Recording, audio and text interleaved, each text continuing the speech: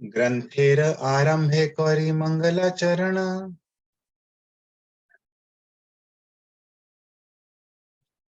गुरु वैष्णव भगवान तीनेर स्मरण।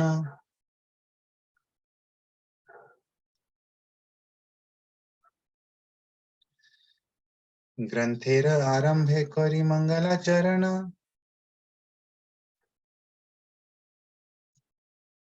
गुरु वैष्णव भगवान तीनेर स्मरण। रिपीट कीजिए।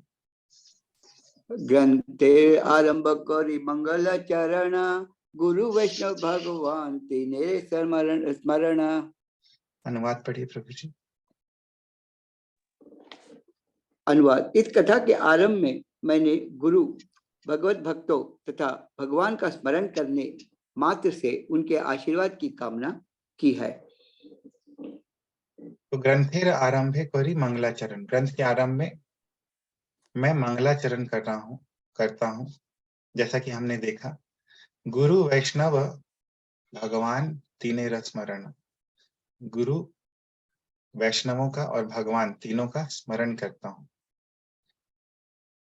इनका स्मरण करके इनकी आशीर्वाद की कामना करता हूँ। क्या होता है स्मरण करने से, वो बताते हैं। तीनेर स्मरण हय विघ्न विनाशन अनायासे हय निज वांछित पूरण।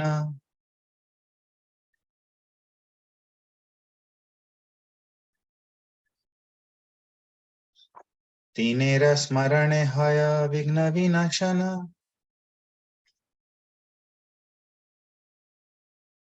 अनायासे हय निज वांछित पूरण। हरे कृष्ण।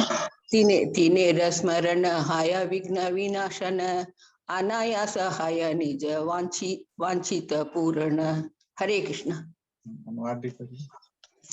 ऐसा अनुवाद। ऐसा स्मरण समस्त कठिनाइयों का विनाश करता है और मनुष्य की अपनी इच्छाओं को अत्यंत सरलता पूर्वक पूरा करने में सहायक सिद्ध होता है। हरे कृष्ण। हरे कृष्ण। तो तीनेर स्मरण हय विघ्न विनाशन, तीनों के स्मरण से विघ्न विनाशन हय, विघ्न विनाशन होता है, विघ्न का नाश होता है। अनायासे हय निज वांछित पूर्ण, अनायास ही निज वांछित अपनी अभिष्ट वस्तु की पूर्ति होती है।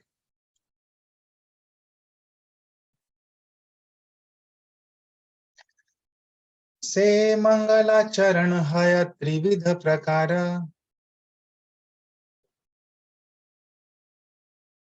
वस्तु निर्देश आशीर्वाद नमस्कार।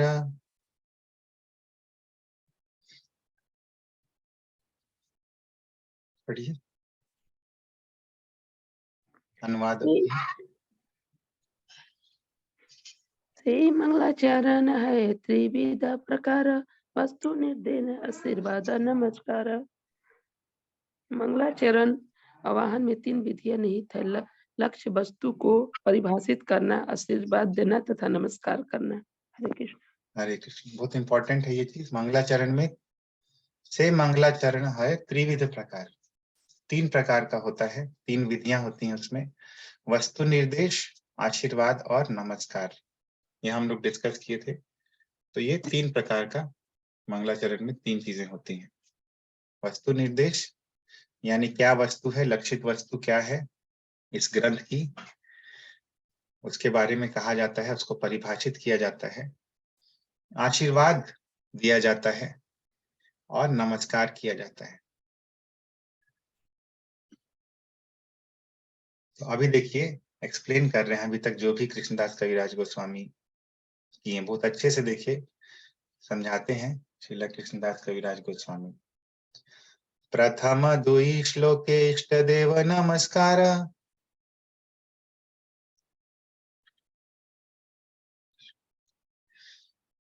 सामान्य विशेष रूपे 2 प्रकार। प्रथम दो श्लोके इष्ट देव नमस्कार।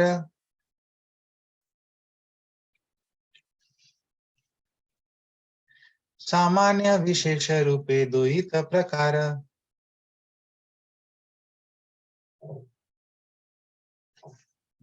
अनुवाद भी पढ़िए।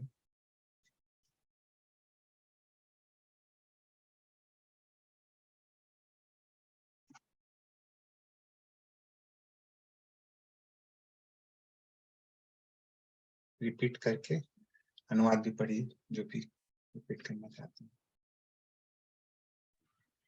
प्रथम द्वि श्लोके इष्टदेव नमस्कार सामान्य विशेष रूपे द्वैत प्रकार। अनुवाद। प्रथम दो श्लोक सामान्य तथा विशेष रूप से उन भगवान को सादर नमस्कार करते हैं जो पूजा के लक्ष्य आराध्य हैं। हरे कृष्ण। हरे कृष्ण। तो प्रथम और दूसरा श्लोक कौन सा है जो हम लोग देखें? वंदे गुरुन ईश भक्तान ईशम ईशावतारकान तत्प्रकाशाम शक्ति कृष्ण चैतन्य संयकम। ये पहला श्लोक है। तो वंदे गुरुन, गुरुओं को नमस्कार किया गया है। गुरुन यानी बहुवचन। ईश भक्तान, ईश के भक्तों को, भगवान के भक्तों को। ईशम, भगवान को। ईशावतारकान, और भगवान के अवतारों को। तत्प्रकाशांश, उनके प्रकाशों को। तत्शक्ति ही, और उनकी शक्तियों को। कृष्ण चैतन्य संयकम, और कृष्ण चैतन्य नाम से भगवान को। तो ये प्रथम श्लोक था। दूसरा श्लोक क्या था? वंदे श्री कृष्ण चैतन्य नित्यानंदौ सहोदितौ गौड़ोदये पुष्पवंतौ चित्रौ छंदौ तमोनुदौ। तो इसमें वंदे श्री कृष्ण चैतन्य नित्यानंदौ सहोदितौ, कृष्ण और कृष्ण चैतन्य और नित्यानंद प्रभु दोनों को प्रणाम किया गया है। तो इसीलिए बताते हैं प्रथम और दो श्लोक के इष्ट देव नमस्कार। पहले दो श्लोक में इष्ट देव को नमस्कार किया गया है। सामान्य विशेष रूपे द्वैत प्रकार। तो सामान्य रूप से और विशेष रूप से, ये दो प्रकार से हैं। सामान्य रूप और विशेष रूप। तो इष्ट देव को सामान्य रूप और विशेष रूप दोनों प्रकार से नमस्कार किया गया है।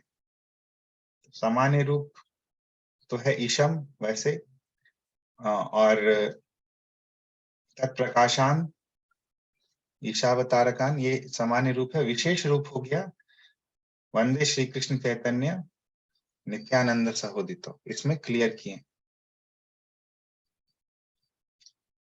चैतन्य और नित्यानंद के साथ।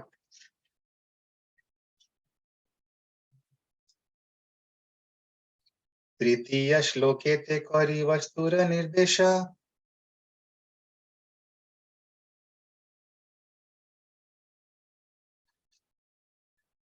जहाँ है ते ज्ञानी पर तत्वेर उद्देश्य।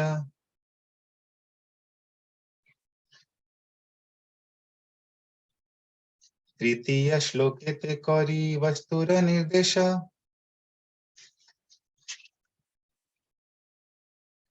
जहाँ है ते ज्ञानी पर तत्वेर उद्देश्य।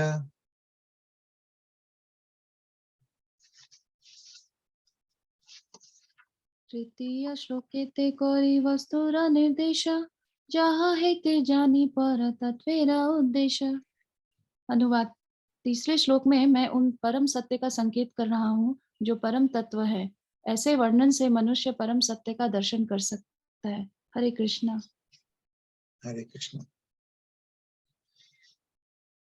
तो यहाँ पे देखिए, यह दो प्रकार से लिखा हुआ है जो लक्ष्मीनारायण प्रभु उस दिन पूछे थे। तो पहला वाला लाइन में जो यह लिखा हुआ है उसके नीचे डॉट है।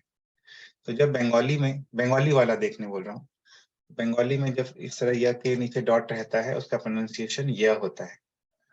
और जब बंगाली में यह के नीचे डॉट नहीं रहता है उसका प्रोनाउंसिएशन ज होता है। लेकिन हिंदी में जब उसको लिख रहे हैं तो जहां पे य के नीचे डॉट नहीं होता है उसका प्रोनाउंसिएशन य होता है, और जहां पे य के नीचे डॉट होता है हिंदी में उसका प्रोनाउंसिएशन ज होता है। इसलिए तृतीय और नीचे वाले में जहा, जहा होते विघ्न नाश अभिष्ट पूरन, या जहार प्रसादे भाई, तो उस तरह से। तो तृतीय श्लोकेते करी वस्तुर निर्देशा, तृतीय श्लोक में मैं वस्तु निर्देश कर रहा हूँ। वस्तु निर्देश का क्या मतलब देखा था हमने?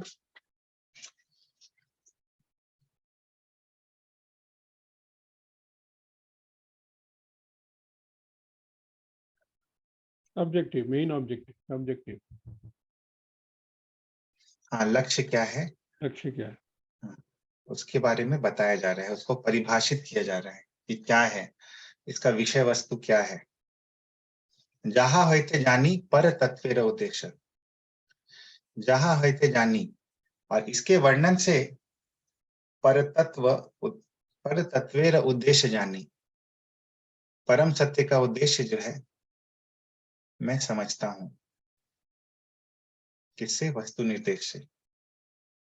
परम तत्व का, परम सत्य का उद्देश्य, पर तत्वेर उद्देश्य जानी, वस्तु निर्देश से।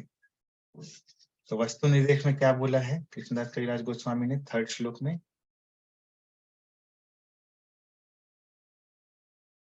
यद अद्वैतम ब्रह्मोपनिषदि तदप्यस्य तनुभा, यदद्वैतम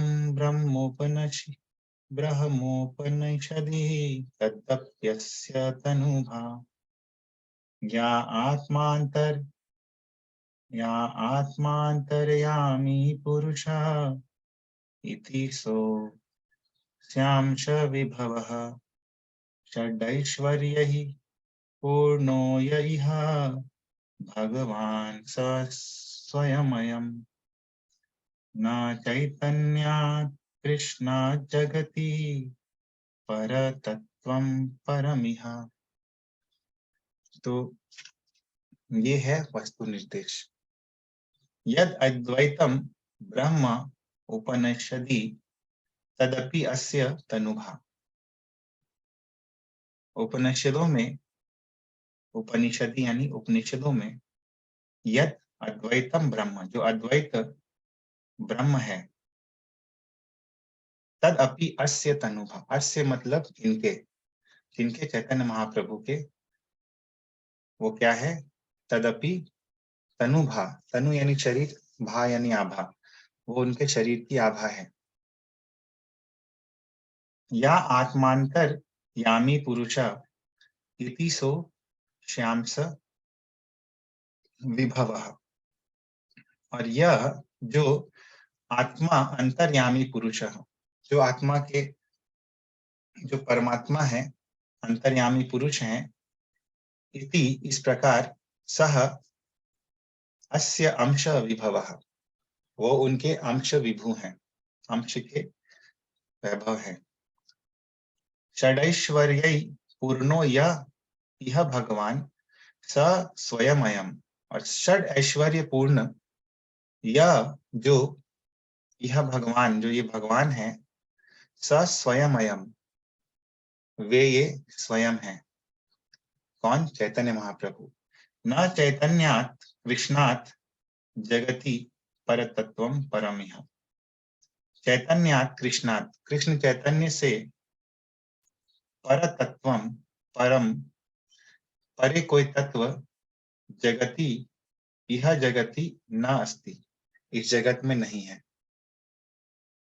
क्यों? क्योंकि ब्रह्म, परमात्मा और भगवान में सबसे टॉप मोस्ट कौन है? टॉप मोस्ट रियलाइजेशन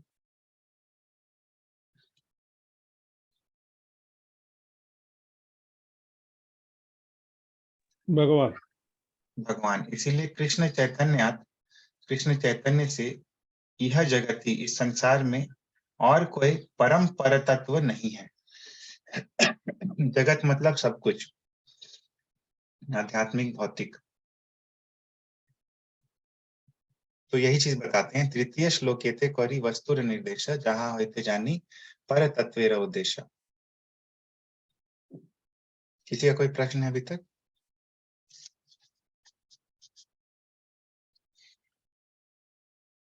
चतुर्थ श्लोके ते कौरी जगते आशीर्वाद, सर्वत्र मागिए कृष्ण चैतन्य प्रसाद।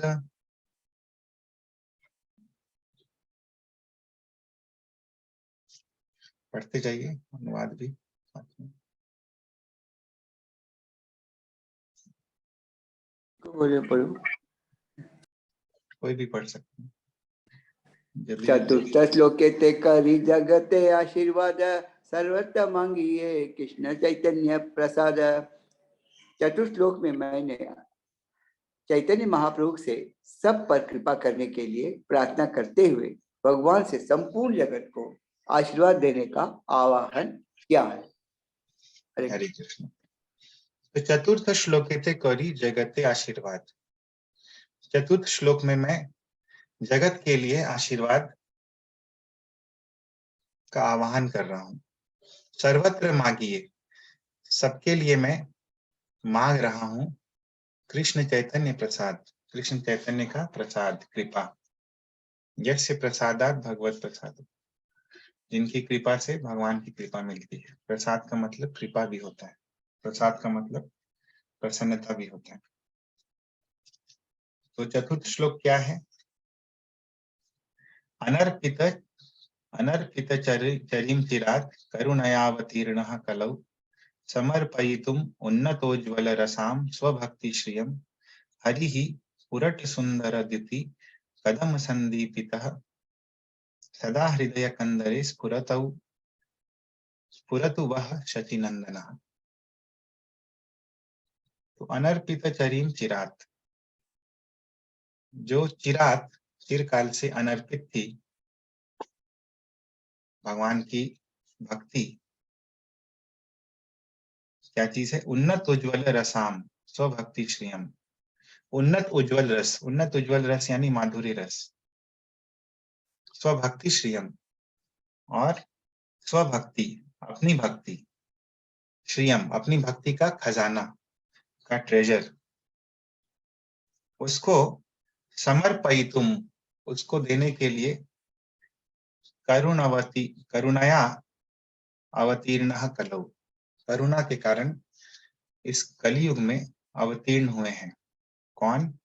हरि पुरट सुंदर, ये हरि पुरट सुंदर, पुरट यानी कि सोना, सोने से भी ज्यादा उनके सुंदर, पुरट सुंदर द्युति, सोने से भी ज्यादा सुंदर द्युति है उनकी, आभा है। कदम्ब संदीपिता, और कदम्ब बहुत सारे, संदीपिता बहुत ही ज्यादा प्रकाशमान है। वैसे सचिनंदनः, वैसे सचिनंदनः वह हमारे हृदय कंदरे सदा स्फुरतौ, हृदय कंदर में, हृदय गुफा में सदा स्फुरित होते रहे, सदा प्रकट होते रहे। तो ये क्या है? मैंने चैतन्य महाप्रभु से सब पर कृपा करने के लिए प्रार्थना करते हुए भगवान से संपूर्ण जगत को आशीर्वाद देने का आह्वान किया है। ये कृष्णदास कविराज गोस्वामी बताते हैं कि ये श्लोक ने क्या किया है उन्होंने।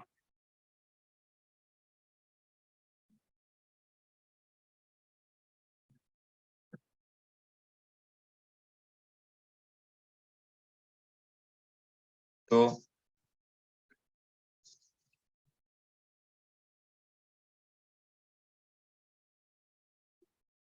अभी 5वें श्लोक के बारे में बता रहे हैं। से श्लोक एक ही बाह्य अवतार कारण, पंचषष्ठ श्लोके कही मूल प्रयोजन। से श्लोके कही बाह्यावतार कारण,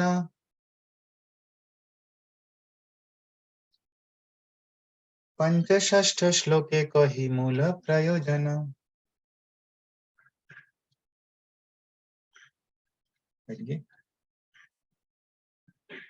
से श्लोके कहि बाह्यावतार कारण पंचषष्ठ श्लोके कहि मूल प्रयोजन। हाँ, उस श्लोक में अनुवाद, उस श्लोक में मैंने चैतन्य महाप्रभु के अवतार के बाह्य कारण की व्याख्या की है, किंतु पांचवें तथा छठे श्लोकों में मैंने उनके अवतार के मुख्य कारण की व्याख्या की है। हरे कृष्ण। हरे कृष्ण। तो एक minute,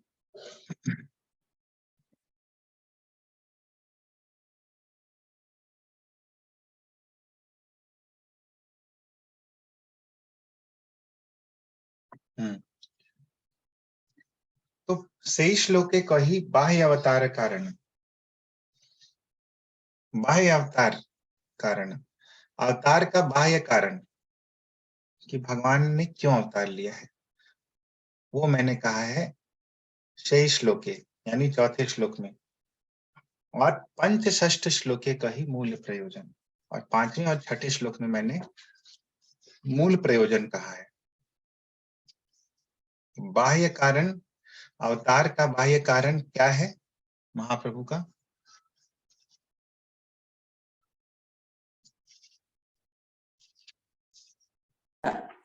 Give Harinam this thing to everybody. और कोई आंसर जो भी जस्ट हम लोग देखें?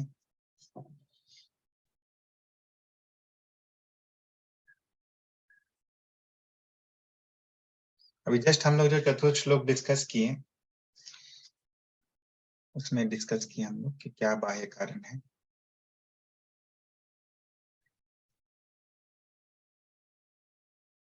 हरे कृष्णा प्रभु जी, उन्नत माधुर्य रस का स्वादन। और कोई आंसर?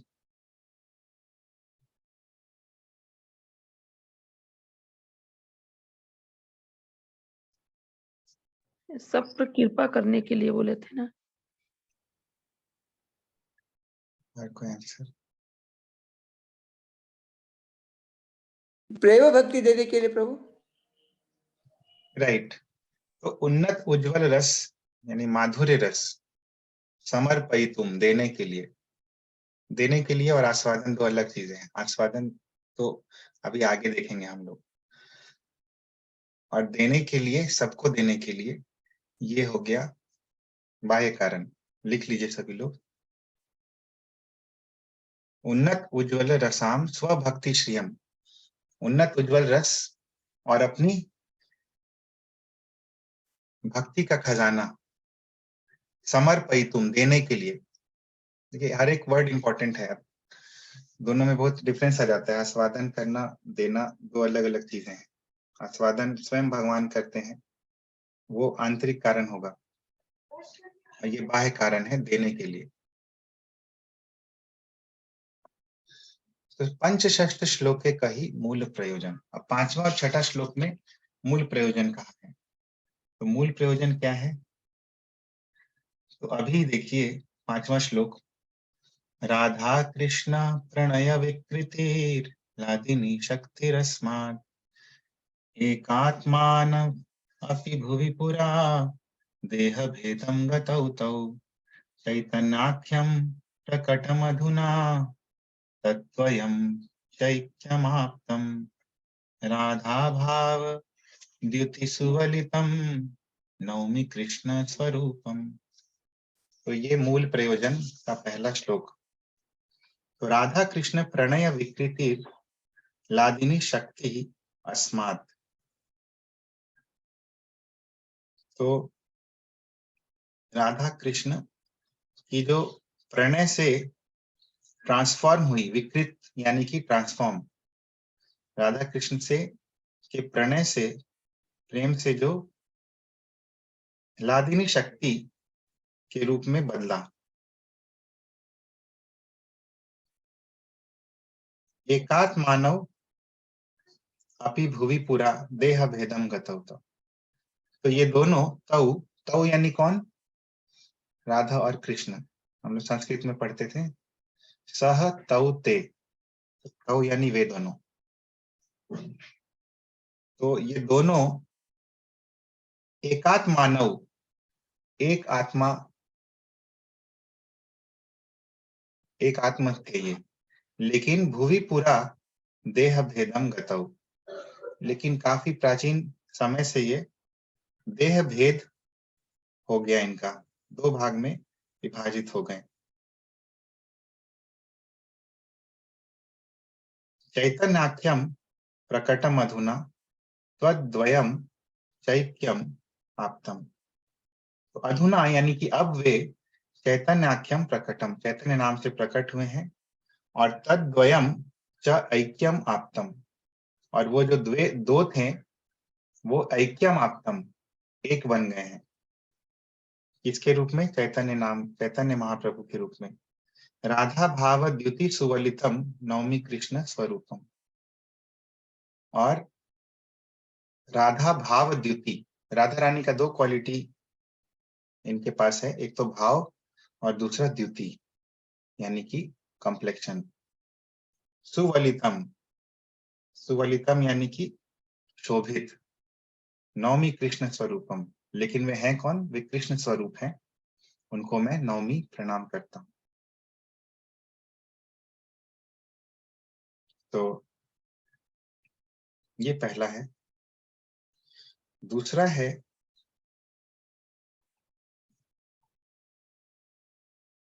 श्री राधायाः प्रणय महिमा कीदृशो वानयैवा स्वाद्यो येनाद्भुत मधुरिमा कीदृशो वा मदीयः सौख्यं चास्यामद् अनुभवतः कीदृशं वेति लोभात् तद्भावाढ्यः समजनिशची गर्भसिन्धौ हरिन्दुः। तो अभी इसमें आ रहा है, पहला तो ये बताएं कि हाँ देह भेद उनका था और अभी एक रूप में वापस से प्रकट हुए हैं, और मूल कारण देखिए यहाँ पे डिटेल में बताया गया है। मूल प्रयोजन कि श्री राधा यह प्रणय महिमा, राधा रानी का प्रणय महिमा की दृशो व अनया एवा, कि कैसी है राधा रानी की प्रणय महिमा। की दृशो व, की दृशा मतलब कैसी है, किस तरह की है। स्वाद्यो ये न अद्भुत मधुरिमा, और जिसके द्वारा ये न अद्भुत मधुरिमा स्वाद्यो, वो आस्वादन करती हैं अद्भुत मधुरिमा की दृशो व मदीय, वो की दृशो व, वो कैसी है। और सौख्यम चा अस्य मद अनुभवतः, मेरे अनुभव से, मेरे माधुर्य से, मेरे माधुर्य के अनुभव से क्या सौख्यम, क्या सुख मिलता है, क्या खुशी मिलती है, क्या आनंद मिलता है। कीदृशम वेति लोभात, वो किस तरह की है। तद भावाढ्य समजनी, तद भाव अढ्य समजनी। तो इसीलिए उनके भाव से पूर्ण होकर समजनी, सम्यक रूप से प्रकट हुए। कौन? हरि इंदु, चंद्र के समान हरि, सची गर्भ सिंधु, सची गर्भ के सिंधु में हरि इंदु प्रकट हुए। जिस प्रकार यदि आप समुद्र देखेंगे तो ऐसा लगता है कि समुद्र से चंद्रमा प्रकट हुआ, तो चंद्रमा समुद्र से प्रकट होता है, उसी प्रकार सची गर्भ सिंधु से ये हरि इंदु जो है वे प्रकट हुए। तद भावाढ्य, उनके भाव से ओतप्रोत होकर, किनके? राधा रानी के। तो ये मूल प्रयोजन है चैतन्य महाप्रभु का, एक बाह्य कारण है और एक मूल प्रयोजन है। तो मूल प्रयोजन क्या है चैतन्य महाप्रभु के प्राकट्य का?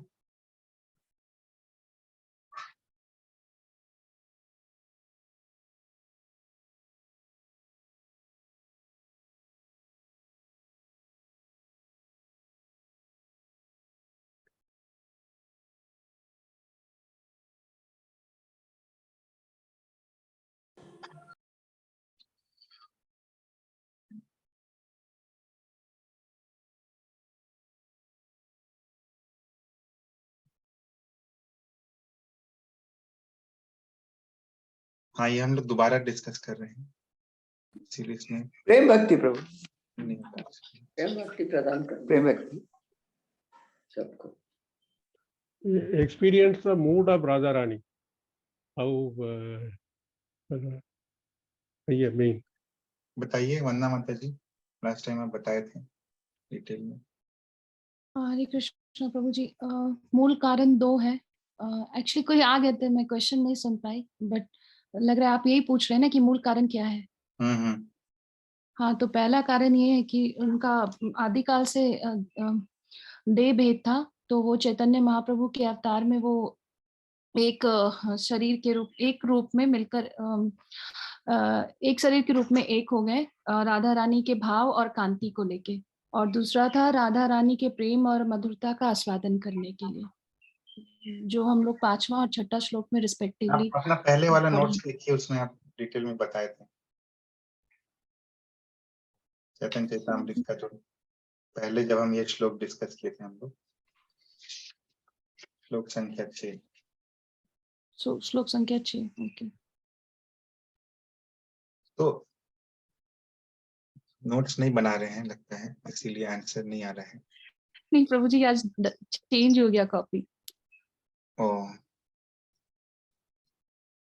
नहीं, बाकी लोगों से भी बोल रहा हूँ, नोट्स नहीं बनाइएगा तो आंसर नहीं आ पाएगा। तो ये मूल प्रयोजन क्या है?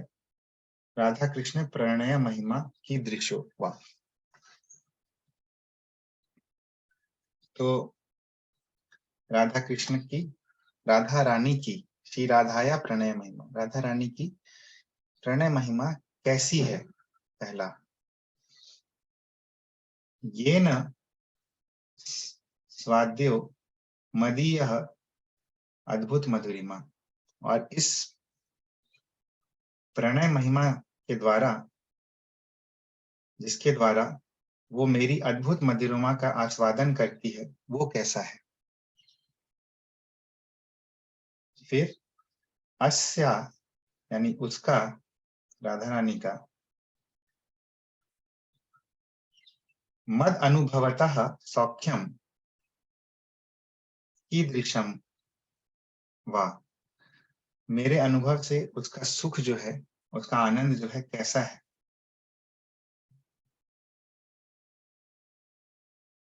ये 3 चीज जानने के लिए, तो ये मूल कारण है चैतन्य महाप्रभु की प्राकट्य का। ठीक है, तो मूल प्रयोजन और बाह्य अवतार कारण, ये 4था श्लोक में बाह्य अवतार कारण और 5th-6th श्लोक के कही मूल प्रयोजन।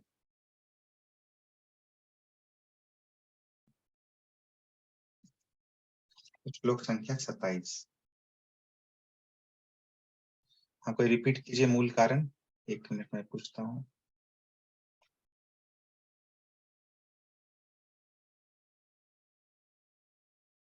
बताओ नेहा।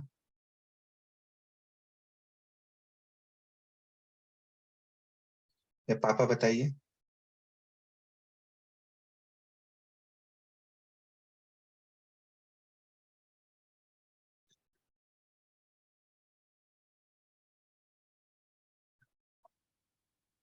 ठीक है, हम लोग आगे बढ़ते हैं। श्लोक संख्या 27। हम बताएं प्रभु जी? बताइए चाची।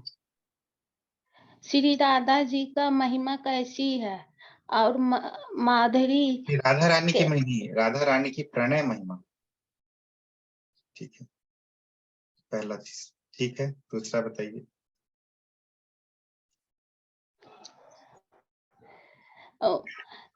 मेरी राधा जी का अनुभव कैसा है और मेरे सुख। आवाज ब्रेक हो रहा है। ठीक है, हम 27वें नंबर श्लोक पे चलेंगे। छय श्लोके कही चैतन्य तत्व,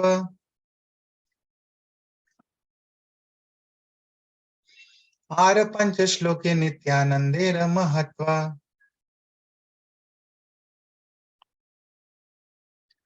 इच्छा श्लोके कही चैतन्य तत्व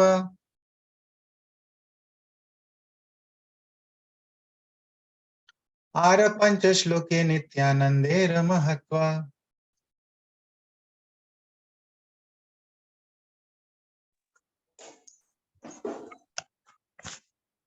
पढ़िए। हरे कृष्णा। यही यही लोके कही नित्यानंद तत्व आर्य पंचेश लोके नित्यानंद महत्व। इन 6 श्लोकों में फिर आवाज नहीं आ रहा है। मैंने चैतन्य महाप्रभु के तत्व के आगे में इन 6 श्लोकों मैंने में मैंने नित्यानंद चैतन्य प्रभु की महाप्रभु के महिमा तत्व के का वर्णन संबंध किया में, है। हरे कृष्ण। फिर से मैं पढ़ता हूँ, या ठीक है अनुवाद ही करता हूँ। यही 6 श्लोके कही चैतन्य तत्व। इन 6 श्लोकों में मैंने चैतन्य महाप्रभु के तत्व के बारे में बतलाया है। आर पंच श्लोके नित्यानंदेर महत्व, और आगे के 5 श्लोकों में मैंने नित्यानंद प्रभु के महत्व के बारे में बतलाया है। तो ये 5 श्लोकों में चैतन्य महाप्रभु के तत्व के बारे में बतलाया है, और आगे के 6 श्लोकों में नित्यानंद प्रभु के महत्व के बारे में बतलाया है। तो कौन से 6 श्लोकों में चैतन्य महाप्रभु का तत्व है?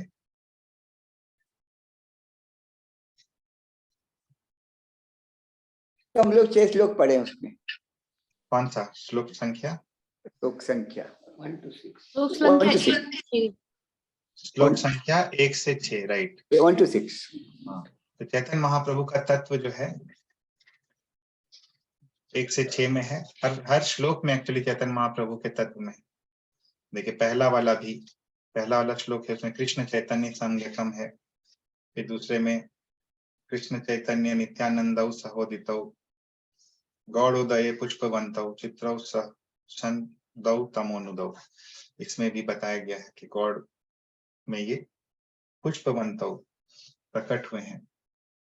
फिर बताया गया तीसरे श्लोक में भी कि किस तरह से चैतन्य महाप्रभु से पर तत्व इस जगत में और कोई नहीं है, क्योंकि उनके शरीर की आभा जो है वही अद्वैत ब्रह्म है, और उनके वैभव अंश वैभव परमात्मा है, और षड ऐश्वर्य जो भगवान है वो स्वयं यही है।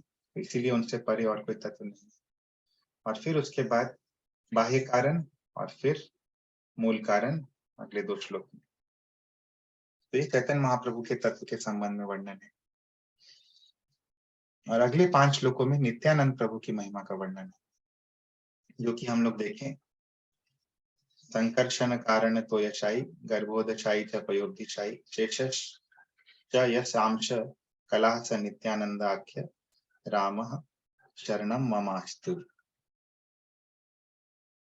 तो संकर्षण कारण तो यशाई यानी कारणोदक्षाई, गर्भोदक्षाई, शिरोदक्षाई विष्णु और अनंत शेष जिनके अंश और कला है, उन नित्यानंद प्रभु का मैं शरण लेता हूँ, मेरे आश्रय बने हुए। उसके बाद हमने देखा कि किस तरह से मायातीते व्यापी वैकुंठ लोके पूर्णैश्वर्य श्री चतुर्व्यूह मध्य रूपम यशोद्भाति संकर्षणाख्यम तम श्री नित्यानंद रामम प्रपत्ति। तो संकर्षण नाम से जो चतुर्व्यूह के मध्य में जाने जाते हैं, और माया के अतीत जो वैकुंठ लोक व्याप्त है उसमें पूर्ण ऐश्वर्य के साथ रहते हैं, तो उन नित्यानंद प्रभु को मैं प्रणाम करता हूँ। तो ये नित्यानंद प्रभु के बारे में अगला 5 श्लोक है। 2 श्लोक देखा हमने। फिर है माया भरता गंड संघाश्रयांग शेते साक्षात कारणम बोधि मध्य यस्यैकांशः श्री पुमानादिदेव तम श्री नित्यानंद रामम प्रपत्ति। कि किस तरह से जो साक्षात कारणम बोधि मध्य, कारणम बोधि यानी कारण समुद्र के मध्य में जो शयन करते हैं, आदिदेव यानी महाविष्णु, वो जिनके एक अंश मात्र हैं, और यही महाविष्णु माया भरता है, और अज अंड संघ आश्रय, तो जिनका शरीर जो है अनेक ब्रह्मांडों का आश्रय है, वो इनके केवल अंश मात्र हैं। उसके बाद गर्भोदक्षाई विष्णु जिनके अंश के अंश हैं, और क्षीरोदक्षाई विष्णु जिनके अंश के अंश के अंश हैं। ये हम लोग देखे थे पिछले हफ्ते। तो ये अगला 5 श्लोक में नित्यानंद प्रभु का महिमा है।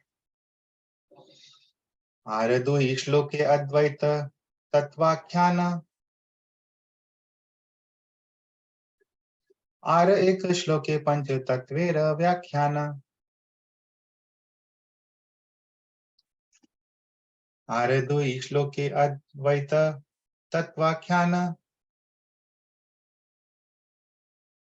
आर एक श्लोके पंच तत्वेर व्याख्यान, आरदो श्लोके अद्वैत तत्वाख्यानम्, आर एक श्लोके पंच तत्वेर व्याख्यान। अनुवाद। इससे अगले 2 श्लोकों में अद्वैत प्रभु के तत्व का वर्णन है, और उसके बाद के श्लोक में पंच तत्व भगवान, उनके स्वांश, उनके अवतार, उनकी शक्तियां तथा उनके भक्तों का वर्णन हुआ है। हरे कृष्ण। तो आर 2 श्लोके अद्वैत तत्व आख्यान, और 2 श्लोक के मतलब आगे के 2 श्लोकों में तो नित्यानंद प्रभु का वर्णन किस श्लोक से किस श्लोक में है?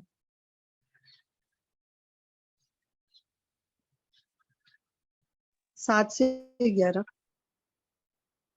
हाँ, 7, 8, 9, 10, 11 और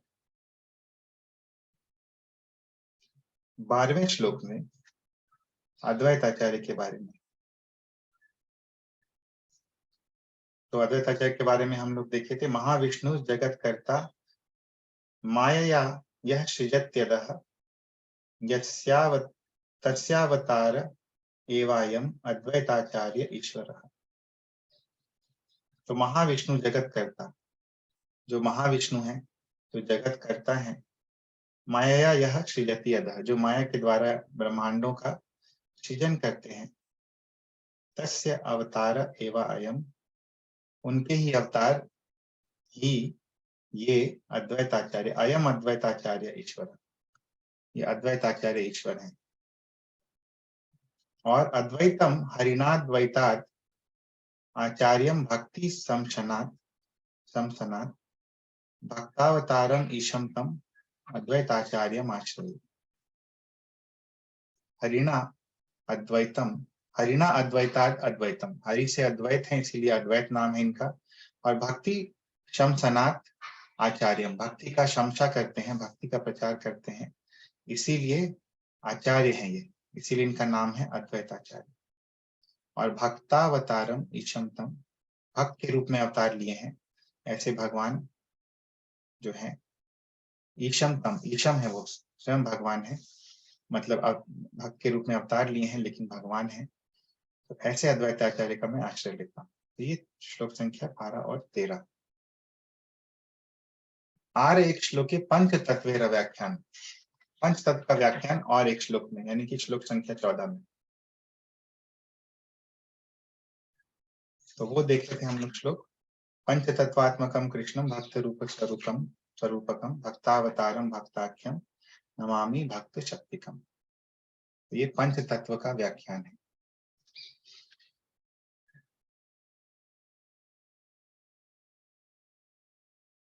श्लोक संख्या 14 तक अभी हम लोग देखें। ये 14 श्लोक के करी मंगलाचरण, सही मध्य कही सब वस्तु निरूपण।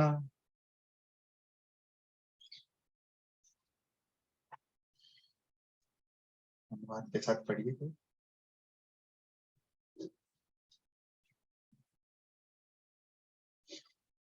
कोई भी पढ़ सकते हैं। यही 14 श्लोके करी मंगल चरण, ताही मध्य कही सब वस्तु निरूपण।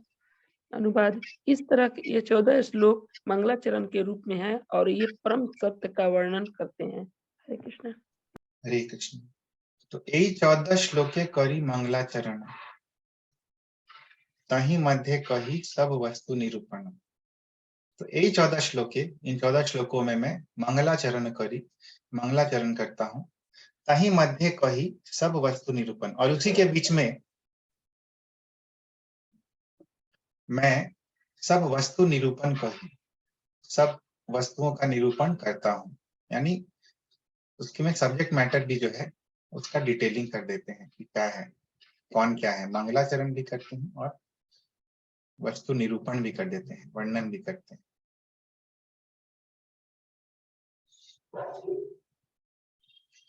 सब श्रोता वैष्णवे रे करी नमस्कार, यही सब श्लोकेर करी अर्थ विचार।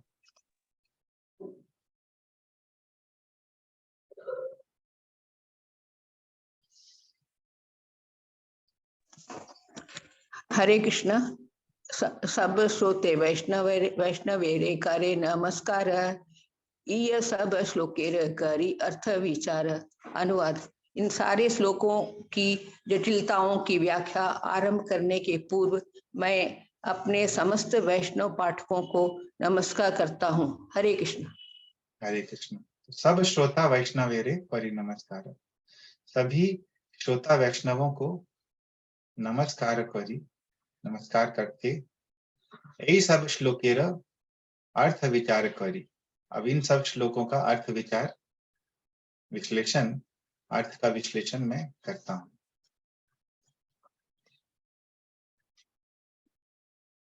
सकल वैष्णव सुन करी एक मन,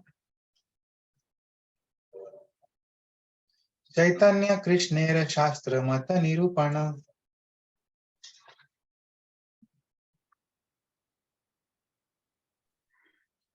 सकल वैष्णव सुनि करी एक मन, चैतन्य कृष्ण शास्त्र मत निरूपण।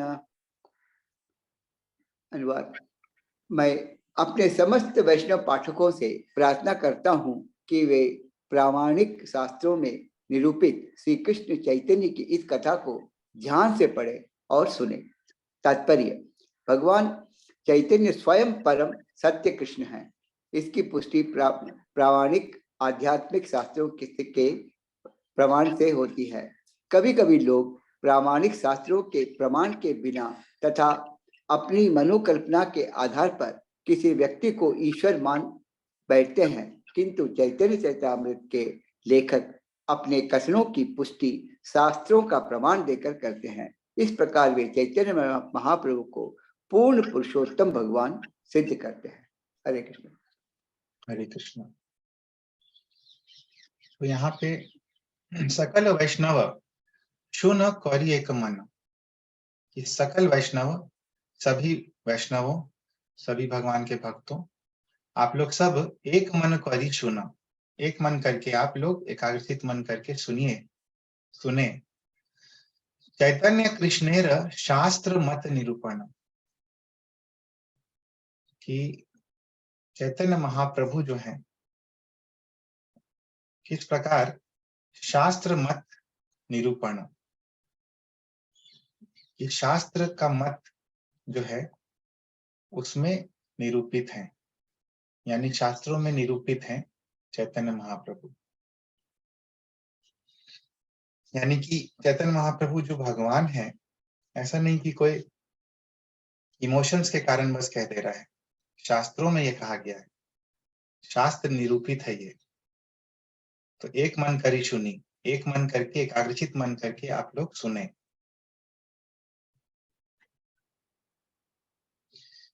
कृष्ण गुरु भक्त शक्ति अवतार प्रकाश,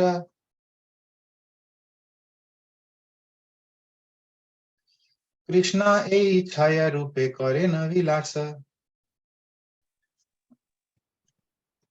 हरे कृष्ण। कृष्ण गुरु भक्त शक्ति अवतार प्रकाश, कृष्ण ए छाया रूपे करे न विलासा। अनुवाद, भगवान कृष्ण अपने आप को गुरु भक्त विभिन्न शक्तियों अवतारों तथा परिपूर्ण प्रकाशों में प्रकट करके विलास करते हैं। ये छह रूप एक ही में समाहित है। हरे कृष्ण। हरे कृष्णा। तो कृष्णा यही 6 रूपे करे न विलास। कृष्णा इन 6 रूपों में विलास करते हैं, आनंद करते हैं। कौन से 6 रूप हैं? कृष्ण, गुरु, भक्त, शक्ति, अवतार और प्रकाश। तो कृष्ण यानी स्वयं भगवान कृष्ण, गुरु स्पिरिचुअल मास्टर, भक्त भक्त के रूप में, शक्ति भगवान की अनेक शक्तियां हैं उसके रूप में, अवतार अवतारों के रूप में, और प्रकाश रूप में। तो तत्प्रकाशांश तत्शक्ति हम लोग देखे थे।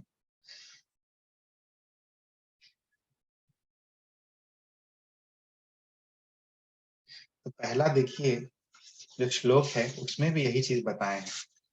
तो कृष्ण के ही रूप हैं ये सब। तो पहला श्लोक है, किसी को याद है? तो वंदे गुरुन ईश भक्तान ईशम ईशावतारकान तत्प्रकाशम शतत शक्ति कृष्ण चैतन्य संज्ञकम। तो गुरुन यानी गुरु, बहुत सारे जो गुरु हैं। ईश भक्त भगवान के भक्त हैं बहुत सारे जो। ईश ईशम यानी स्वयं भगवान, ईशावतारकान और भगवान के जितने सारे अवतार हैं, तत्प्रकाशान भगवान के जो पूर्णांश हैं, प्रकाश हैं, तत्शक्ति और भगवान की जो शक्तियां हैं। तो यही चीज देखिए यहाँ भी बोलते हैं कि भगवान इन सब 6 रूपों में यही 6 रूपे करे न विलास विलास करते हैं। तो देखिए चैतन्य चैतामृत हम लोग देख रहे हैं कितना इसमें तत्व है। अभी आगे लीला आएगी बट शुरू में तत्व है। तो लीला जब आएगी तो फिर फास्ट हम लोग बढ़ेंगे, बट तत्व जो है उसको समझना जरूरी है। और फिर लीला का आस्वादन हम लोग करेंगे महाप्रभु की लीला का। बहुत इंपॉर्टेंट है ये फर्स्ट चैप्टर। यही छय तत्वेर करी चरण वंदन प्रथमे सामान्य करी मंगलाचरण।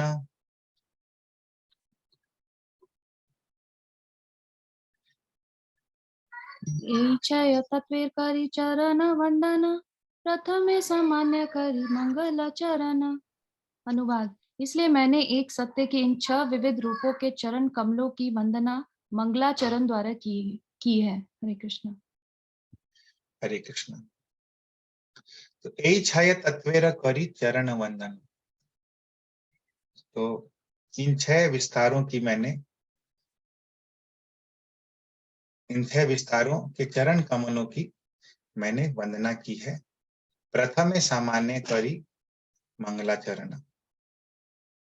और प्रथम पहले मैं सामान्य तौर पे मंगलाचरण मैंने किया है।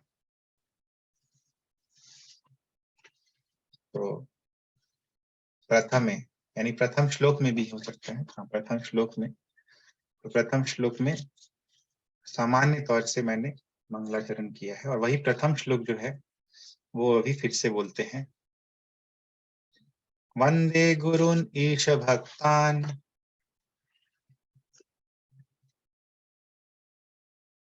ईशम ईशावतारकान तत्प्रकाशांश तत्शक्तिः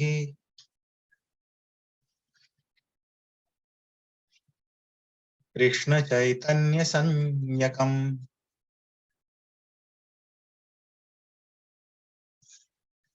रिपीट कीजिए।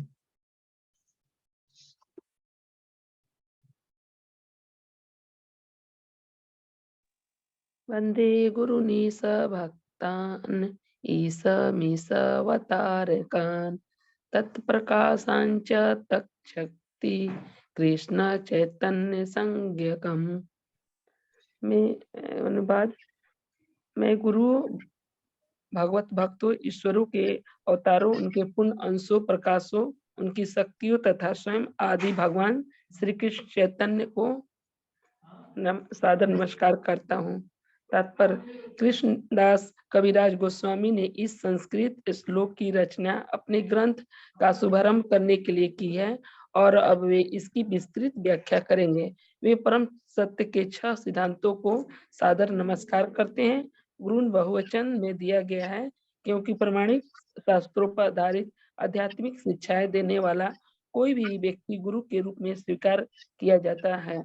यद्यपि अन्य लोग भी नवसिखियों को मार्ग दिखलाने में सहायता करते हैं, किंतु वह गुरु जो सर्वप्रथम महामंत्र से दीक्षित करता है वह दीक्षा गुरु है और वे संत महात्मा जो कृष्ण भावना में प्रगति करने के लिए उपदेश देते हैं वे शिक्षा गुरु कहलाते हैं। दीक्षा गुरु तथा शिक्षा गुरु समान होते हैं और कृष्ण के प्रकट होते हैं। भले उनकी क्रियाएं भिन्न भिन्न हो, इनका कार्य बज्जीव को भगवत धाम वापस जाने में मार्गदर्शन करता है। इसलिए कृष्णदास कविराज गोस्वामी ने नित्यानंद प्रभु को तथा 6 गोस्वामियों को गुरु की कोटि में स्वीकार किया है। इस भक्तान भगवत भक्तों की सूचक है यथा श्रीवास तथा अन्य समस्त अनुयायी जो भगवान की शक्तियां हैं और गुणात्मक दृष्टि से उनसे अभिन्न है। इस अवतार कान अद्वैत प्रभु जैसे आचार्यों का सूचक है जो ईश्वर के अवतार है। तत्प्रकाशान पूर्ण पुरुषोत्तम भगवान के प्रत्यक्ष प्रकट नित्यानंद प्रभु तथा दीक्षा गुरु का सूचक है। तच्च शक्ति श्री चैतन्य महाप्रभु की आध्यात्मिक शक्तियों का सूचक है।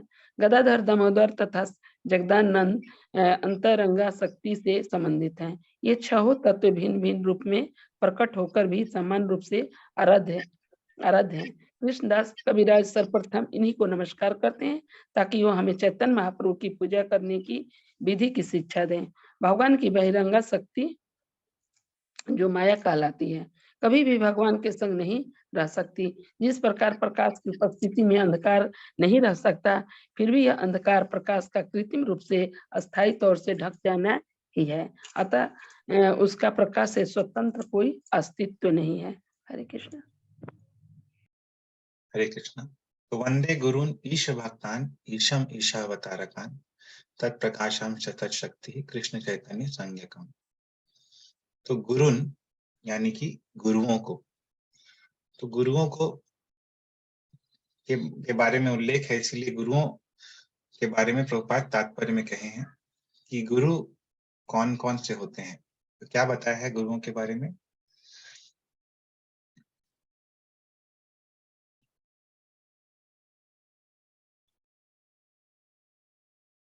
कृष्णा बोल रहे कि गुरु 2 प्रकार के होते हैं, शिक्षा गुरु और दीक्षा गुरु। हाँ, और अंतर क्या होता है?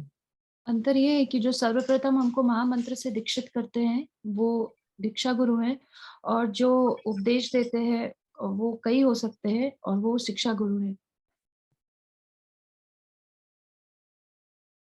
हाँ, और क्या बताए हैं दीक्षा गुरु शिक्षा गुरु के विषय में?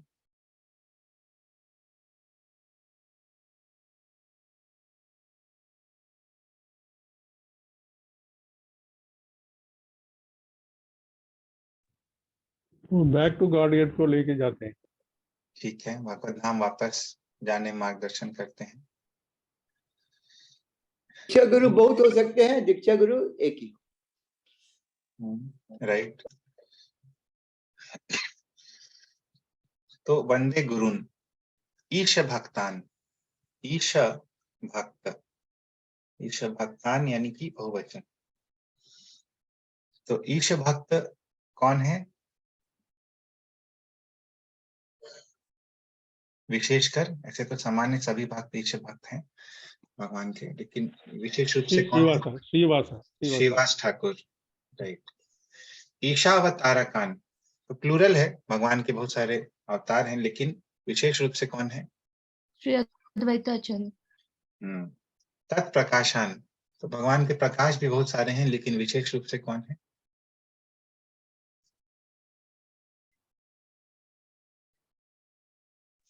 नित्यानंद प्रभु। नित्यानंद प्रभु। और प्रकाश यानी कि पूर्ण पुरुषोत्तम भगवान का प्रत्यक्ष प्राकट्य। तो ये प्रकाश, तत्शक्ति ही विशेष रूप से कौन है? गदाधर, दामोदर और जगदानंद। हाँ, विशेष रूप से गदाधर पंडित, और भगवान की बहुत सारी शक्तियां हैं। तो दामोदर यानी स्वरूप दामोदर, और जगदानंद, जगदानंद पंडित जो है चैतन्य महाप्रभु की लीला में है, एक पार्षद महाप्रभु के, वो है एक्चुअली सत्यभामा। कृष्ण लीला में वो सत्यभामा है। और दामोदर जो है, स्वरूप दामोदर, वो कौन है कृष्ण लीला में?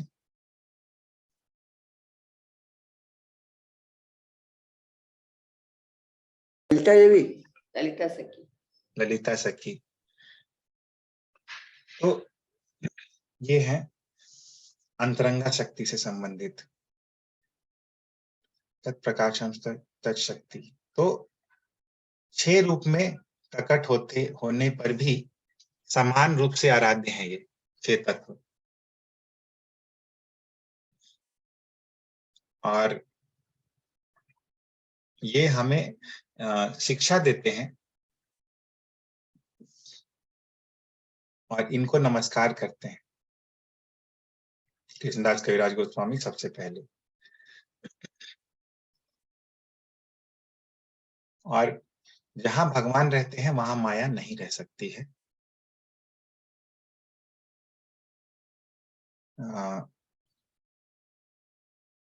और क्योंकि ये जो अंधकार है, ये इसका कोई स्वतंत्र अस्तित्व नहीं होता है, इसका कोई इंडिपेंडेंट एग्जिस्टेंस नहीं होता है। तो अंधकार जो है प्रकाश से स्वतंत्र अस्तित्व नहीं होता है, इसलिए माया भी जो है, बहिरंगा शक्ति जो है, उसका भगवान से इंडिपेंडेंट एग्जिस्टेंस नहीं है।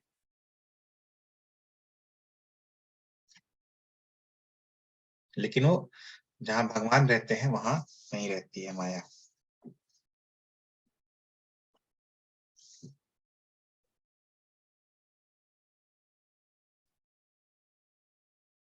तो आगे चलते हैं हम लोग, श्लोक संख्या 35। प्रभु जी सत्यभामा क्या, कौन बोले? आप क्या बोले? सत्यभामा जगदानंद पंडित।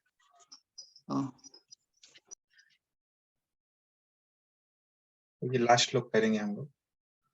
मंत्र गुरु आरजत शिक्षा गुरु गण, ताहार चरण आगे करिए वंदना। मंत्र गुरु आरजत शिक्षा गुरु गण, ताहार चरण आगे करिए वंदना। श्लोक का रिसाइट कीजिए कोई। हरे कृष्ण। मंत्र गुरु आरायता शिक्षा गुरु गण, तहार चरण आगे करिय बंधन। अनुवाद। मैं सर्वप्रथम अपने दीक्षा गुरु तथा अपने समस्त शिक्षा गुरुओं के चरण कमलों में सादर नमस्कार करता हूँ। तात्पर्य। श्रील जीव गोस्वामी ने अपने शोध ग्रंथ भक्ति संदर्भ 222-202 में बतलाया है कि शुद्ध वैष्णवों का लक्ष्य शुद्ध भक्ति में सेवा है और मनुष्य को ऐसी सेवा अन्य भक्तों की संगति में करनी होती है। भगवान कृष्ण के भक्तों की संगति से मनुष्य में कृष्ण भावना अमृत का उदय होता है और वह भगवान की प्रेमा भक्ति की ओर उन्मुख होता है। भक्ति के क्रमिक बोध द्वारा परमेश्वर तक पहुंचने की यही विधि है। यदि कोई व्यक्ति अनन्य भक्ति की कामना करता है तो उसके लिए कृष्ण के भक्तों की संगति करनी आवश्यक है, क्योंकि केवल ऐसी संगति द्वारा ही बस जीव में दिव्य प्रेम के प्रति रुचि उत्पन्न हो सकती है। इस तरह वह अपने विशिष्ट स्वरूप तथा अपने में नित्य निहित दिवस रस में भगवान के साथ अपने नित्य संबंध को फिर से जागृत कर सकता है। यदि कोई व्यक्ति कृष्ण भावना भावित कार्यों द्वारा कृष्ण के प्रति प्रेम विकसित कर लेता है तो वह परम सत्य को जान सकता है, किंतु जो व्यक्ति मात्र तर्कों द्वारा ईश्वर को जानना चाहता है वह कभी सफल नहीं होगा, ना ही वह अनन्य भक्ति का आस्वादन भी कर पाएगा। इसका रहस्य यह है कि भक्ति को भगवत विज्ञान के भली भांति परिचित भक्तों से विनीत भाव से श्रवण करना होगा और गुरु के निर्देशन में सेवा विधि प्रारंभ करनी होगी। ऐसा भक्त जो भगवान के नाम रूप गुण आदि के प्रति पहले से ही आकर्षित है, उसे उसकी विशिष्ट भक्ति विधि की ओर निर्देशित कर दिया जा सकता है। उसे तर्क द्वारा भगवान तक पहुंचने में अपना समय नष्ट करने की जरूरत नहीं है। दक्ष गुरु भली भांति जानता है कि वह अपने शिष्य की शक्ति को भगवान की दिव्य प्रेममयी सेवा में किस प्रकार लगाए। इस तरह वह भक्त को उसकी विशेष प्रवृत्ति के अनुसार विशेष भक्ति कार्य में प्रवृत्त करता है। भक्त का एक ही दीक्षा गुरु होना चाहिए, क्योंकि शास्त्रों में एक से अधिक गुरु को स्वीकार करना सदैव वर्जित है, किंतु शिक्षा गुरुओं को स्वीकार करने की संख्या में कोई प्रतिबंध नहीं है। सामान्यतः वह गुरु जो शिष्य को निरंतर आध्यात्मिक विज्ञान की शिक्षा देता है, वही बाद में उसका दीक्षा गुरु भी बन जाता है। यह सदैव स्मरण में रखना चाहिए कि जो व्यक्ति गुरु ग्रहण करने तथा दीक्षित होने के लिए अनिच्छुक रहता है, वह भगवत धाम वापस जाने के प्रयास में अवश्य ही निष्फल होगा। समुचित ढंग से दीक्षा न पाने वाला व्यक्ति भले ही अपने आप को महान भक्त के रूप में प्रस्तुत करता फिरे, किंतु वास्तव में उसे आध्यात्मिक साक्षात्कार के मार्ग में प्रगति करने में अनेक बाधाओं का सामना करना पड़ेगा, जिसके कारण उसे इस भौतिक अस्तित्व से छुटकारा नहीं मिल सकेगा। ऐसे असहाय व्यक्ति की तुलना पतवार रहित जहाज से की जाती है, क्योंकि ऐसा जहाज कभी भी अपने गंतव्य तक नहीं पहुंच पाता। अतएव यह आवश्यक है कि यदि कोई भगवत कृपा के लिए आकांक्षी है तो उसे गुरु की शरण ग्रहण करनी चाहिए। गुरु की सेवा अनिवार्य है। यदि भक्त को अपने गुरु की प्रत्यक्ष सेवा करने का अवसर न मिल पाए तो उसे चाहिए कि वह गुरु के उपदेशों का स्मरण करके उनकी सेवा करे। गुरु के उपदेशों तथा साक्षात गुरु में कोई अंतर नहीं है, अतएव उनकी अनुपस्थिति में उसे निर्देशन वचन ही शिष्य के लिए गर्व के विषय होने चाहिए। यदि कोई यह सोचता है कि उसे किसी से, यहाँ तक कि गुरु से भी परामर्श लेने की आवश्यकता नहीं है, तो वह तुरंत ही भगवान के चरण कमलों के प्रति अपराधी बन जाता है। ऐसा अपराधी कभी भी भगवान के धाम को वापस नहीं जा सकता। यह आवश्यक है कि गंभीर व्यक्ति शास्त्रीय आदेशों के अनुसार प्रामाणिक गुरु चुने। श्री जीव गोस्वामी का परामर्श है कि वंश परंपरा या सामाजिक तथा धार्मिक प्रथा से चले आने वाले गुरु को स्वीकार नहीं करना चाहिए। आध्यात्मिक ज्ञान में वास्तविक प्रगति के लिए योग्य गुरु की खोज करनी चाहिए। हरे कृष्ण। हरे कृष्ण।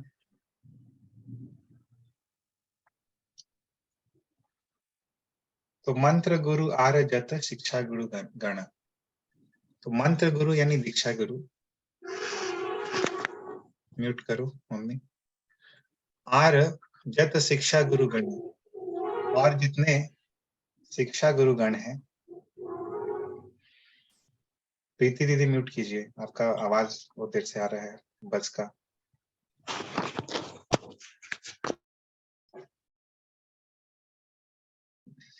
तो मंत्र गुरु आर जत शिक्षा गुरु गण, तहार चरण आगे करिए वंदन। तो मंत्र गुरु और जितने शिक्षा गुरु गण हैं, तहार चरण आगे करिए वंदन। तो उनके चरण कमलों को सबसे पहले आगे करिए, मतलब सबसे पहले मैं वंदन करता हूं।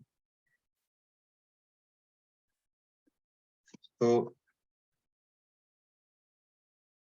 सर्वप्रथम दीक्षा गुरु और जितने शिक्षा गुरु हैं उनके चरण कमलों का मैं वंदन करता हूं।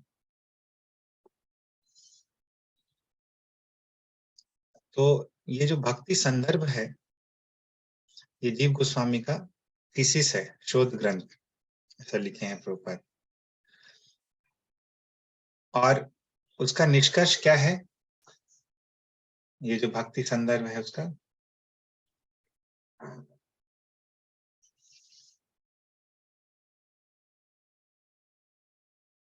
इसमें क्या बतलाया गया है भक्ति के संदर्भ में?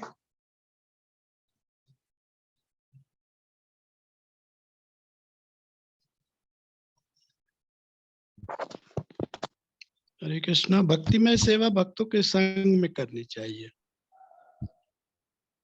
हाँ, तो बहुत सारी चीजें बताई गई हैं। एक चीज ये बताया गया है और ये बताया गया है कि भक्तों की संगति में ही कृष्ण भावनामृत का उदय होता है और भगवान की प्रेम भक्ति में व्यक्ति उन्मुख होता है। तो ये ग्रेजुअल स्टेप्स है भक्ति में आगे बढ़ने का। और यदि कोई अनन्य भक्ति की कामना करता है तो उसके लिए कृष्ण के भक्तों की संगति करना आवश्यक है। हम लोग डिस्कस किए थे क्यों आवश्यक है।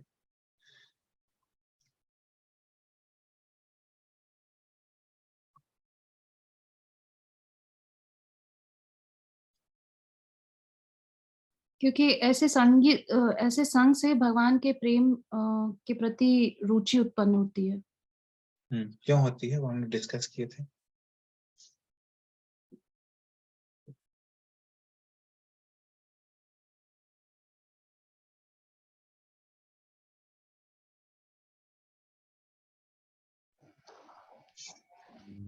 लोग कर रहे हैं तो उससे प्रेरणा मिलती है और फिर उससे बाहर जाने का एक न जाने के लिए एक बाउंड्री मिलती है। ठीक है। और हम लोग काफी डिटेल में एक पूरा क्लास ही इस पे चर्चा किए थे अभी जस्ट 10 दिन पहले, हफ्ता 10 दिन के भीतर ही। जो उनके हृदय में भक्ति रहता है प्रभु जी वही हम लोग के ट्रांसफर करते हैं ना, उसी से हम लोग के भक्ति उदय होती है। Right right. तो ये देखिए ये आंसर सही है बिल्कुल। ये मूल कारण है एक्चुअली।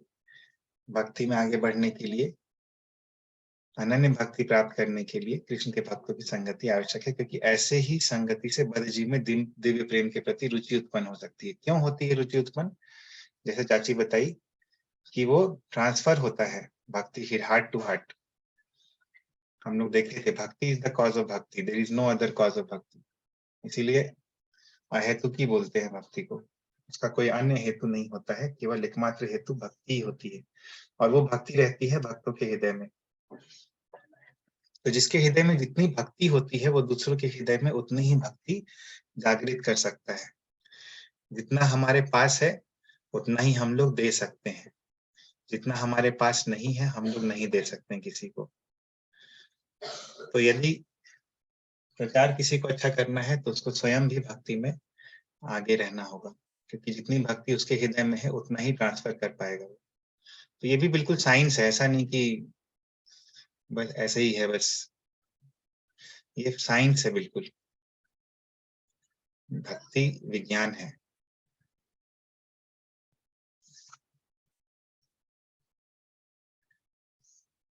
तो एक और चीज यहाँ पे बतलाए गए हैं, कौन व्यक्ति कभी सफल नहीं होगा या भक्ति का आस्वादन नहीं कर पाएगा।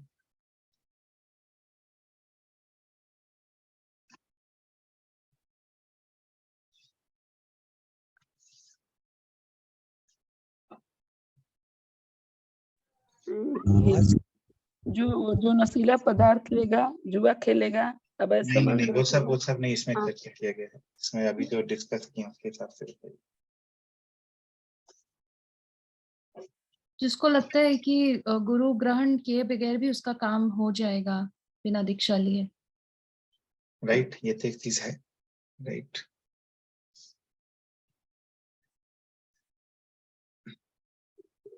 तर्क आर्गुमेंट करके भी हम लोग मैंने तर्क वितर्क करके, हाँ, जो ये सोचा है कि तर्क वितर्क करके भगवान को मैं कर सकता हूँ। तो गुरु का ग्रहण करना इतना आवश्यक क्यों है?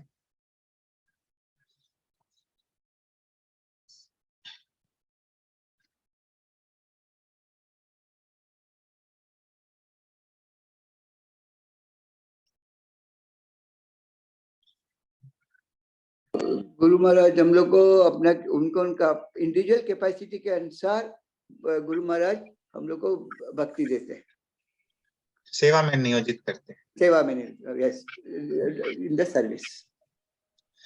तो हम लोग देखते हैं, हम लोग बोलते भी हैं, श्री विग्रहारा धन नित्य नाना श्रृंगार तन मंदिर मार्जनादो युक्तस्य भक्तांश नियुंजतोपि वंदे गुरु श्री चरणारविंदम। क्या कहा गया है इस लाइन में, मंगल आरती में जो हम लोग तीसरा पैराग्राफ गाते हैं कि श्री विग्रह आराधना नित्य नाना श्रृंगार। तो श्री विग्रह की आराधना और नित्य नाना श्रृंगार, उनका नित्य रूप से नाना श्रृंगार करना। जिनके घर में श्री विग्रह हैं वो लोग नित्य नाना श्रृंगार करते हैं श्री विग्रहों का। तत् मंदिर मार्जनादव, और उनके मंदिर मार्जन आदि में युक्तस्य भक्तान युक्त, भक्तों को युक्त करते हैं, भक्तों को जोड़ते हैं। नियुंजतोपि, युक्तस्य भक्तांश नियुंजतोपि, भक्तों को उसमें लगाते हैं, भक्तों को जोड़ के उसमें सेवा में, इन सेवाओं में लगाते हैं, सेवाओं में भी लगाते हैं। ऐसे गुरु की मैं वंदना करता हूँ।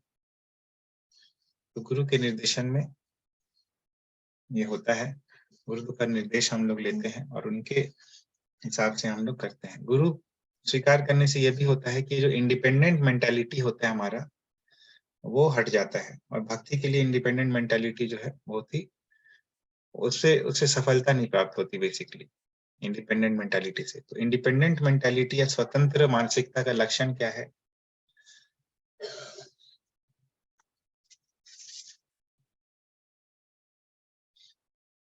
अपने से सोच करके बताइए।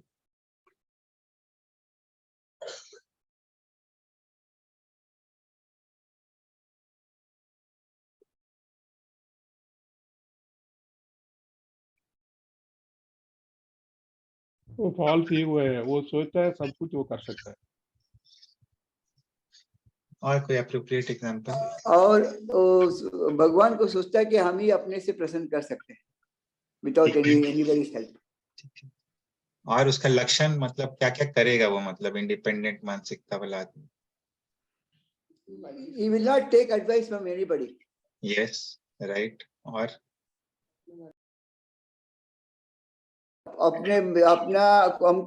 अपने को जो अच्छा लगेगा ये मतलब अपना मर्जी का मालिक है। He will not listen. अच्छा लगेगा कौन सी चीज, मतलब इवन भक्ति के संदर्भ में कुछ भी हुआ, मैंने हाँ भक्ति के संदर्भ में, राइट, भक्ति के संदर्भ में, राइट। बताइए प्रभु जी, आप बता रहे थे क्या एग्जांपल्स?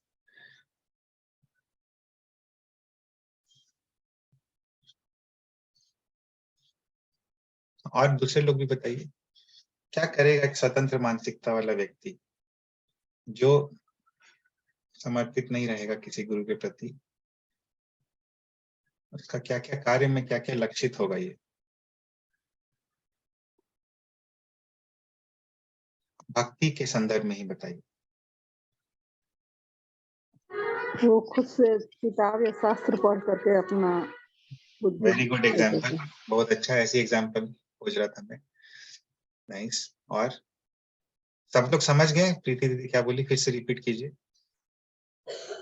वो सोचेगा खुद से शास्त्र या ग्रंथ अपने से पढ़ करके भगवान के प्रति जानकारी हासिल करना चाहेगा। राइट, वो कुछ भी ग्रंथ पढ़ेगा, कुछ भी अपने से पढ़ेगा, और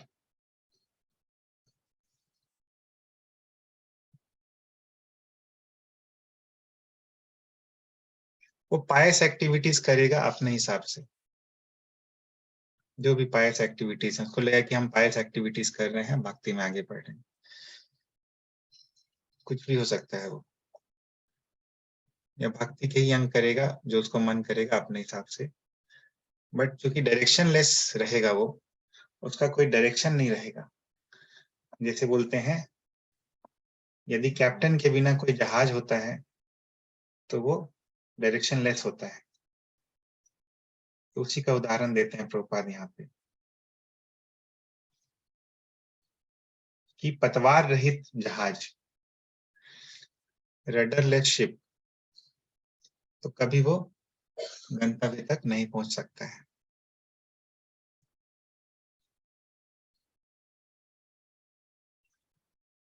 उनके पास जो बेसिक क्वालिटी है ना, ह्यूमिलिटी एंड टॉलरेंस, वो नहीं होगा। Right right. देखिए भक्ति में शरणागति जो है बहुत इंपॉर्टेंट है, और ह्यूमिलिटी, और ये इंपॉर्टेंट है कि हम लोग किसी व्यक्ति को सरेंडर करें, और ये सरेंडर जो हम लोग शुरू करते हैं वो गुरु से करते हैं, क्योंकि उसके पहले हमारा बहुत ही अलग भाव रहता है, हमें लगता है कि हम ही सेंटर ऑफ द यूनिवर्स है। तो गुरु को जब सरेंडर करते हैं तो उनके आज्ञा अनुसार हम लोग कार्य करते हैं, और गुरु से परामर्श लेने की आवश्यकता नहीं हो, वो समझता है। कोई भी कार्य करता है अपने हिसाब से कर लेता है, गुरु से परामर्श नहीं लेता है।